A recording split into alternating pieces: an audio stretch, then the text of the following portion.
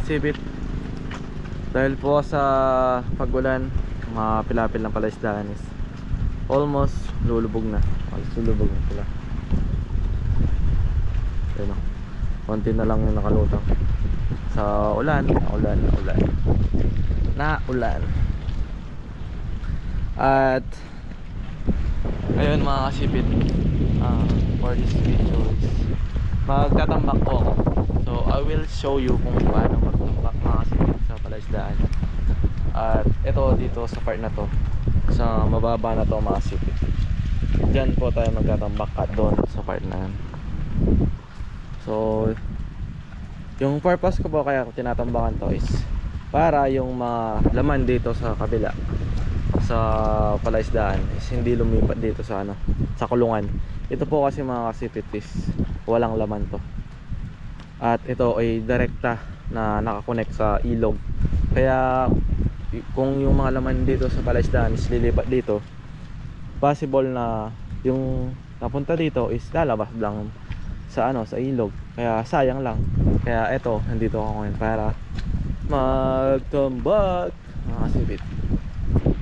Ayan, nakikita nyo naman halos lumubog na. Ayan, so, pantay na yung level ng tubig. Kaya let's go, let's do some tambak.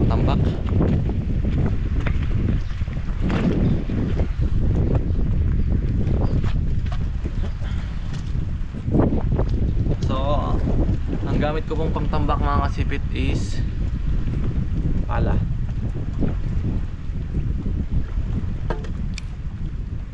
Pala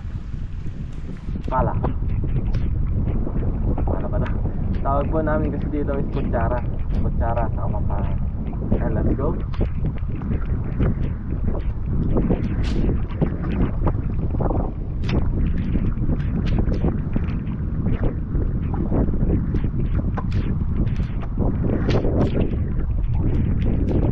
Parang makukutsara ka lang ng kanin.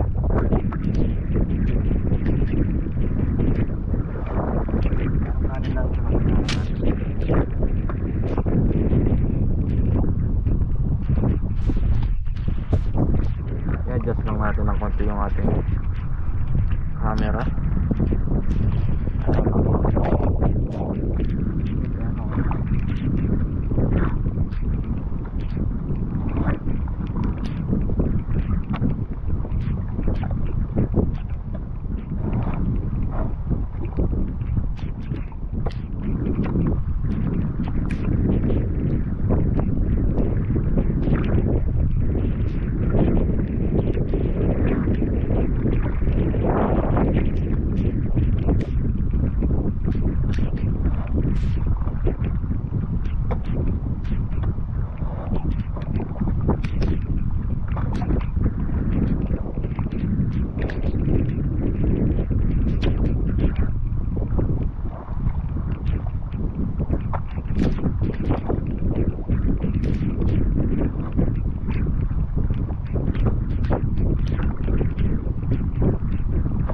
Yan, update ko lang po kayo kung gano'n nakaraming natapos natin.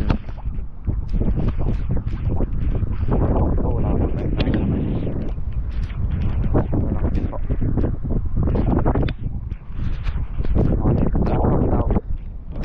ito na yung natatapos ko.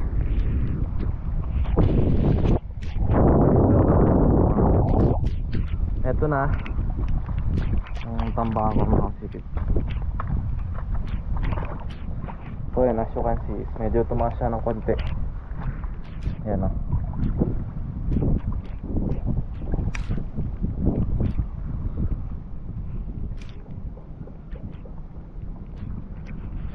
Ano na ako siguro dito, more or less mga 20 minutes na ako nagtatambak dito mga kasipit. Kaya ayan, basang-basa na sa ulan. Ay, ulan. Pero okay lang. Sira na yung cup namin mga dito. Sira na sa sobrang tagal ng panahon. At ayun, ang trabaho po na to mga sikit ay hindi po siya biro. Mahirap din siya. Kailangan talaga ng tiyaga sa kahit anumang trabaho. Especially dito. Almost ano yung mga trabaho dito eh. Mahirap. Expose ka sa araw. Tapos yung lupa mabaho. Ano po mga sipit? Mabaho po yan. Amoy ano. Amoy parang pitak gano'n. Amoy basta mabaho, hindi ko ma-describe. Pero tinitiis po lahat yan para kumita ng pera. And ito na po yung nagawa ko. Ito dito ako kumuha ng lupa, no? At tinransfer ko lang dito. Kasi mahirapan na po tayong kumuha ng lupa dito nga. Bakit po? Talagang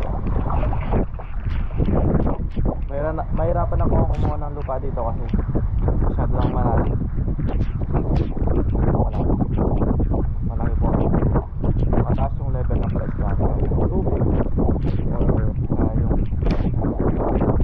sobrang malaki. Almost mahirapan ako kumuha ng lupa.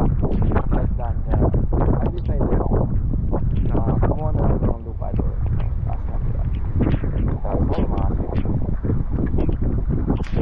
yan, shoutout po sa inyo lahat. Shoutout po sa mga subscribers ko. Salamat po sa inyong support ng mga activity. Salamat po sa inyo lahat.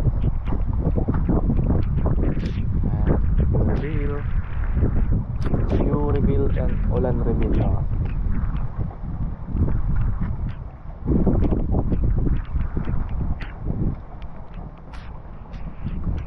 Mukhang matagal yung ulan na to kasi paano siya, mahina, pitik-pitik. Saka yung langit to, maraming ulap, puno yung langit. Kaya possible na matagal yung ulan kasi kanina pa umulan. Yung kubo namin na pag lumaan na ng panahon, marami nang pinagdaanan mga. So thanks for watching mga. Stay safe always and God bless. Bye bye.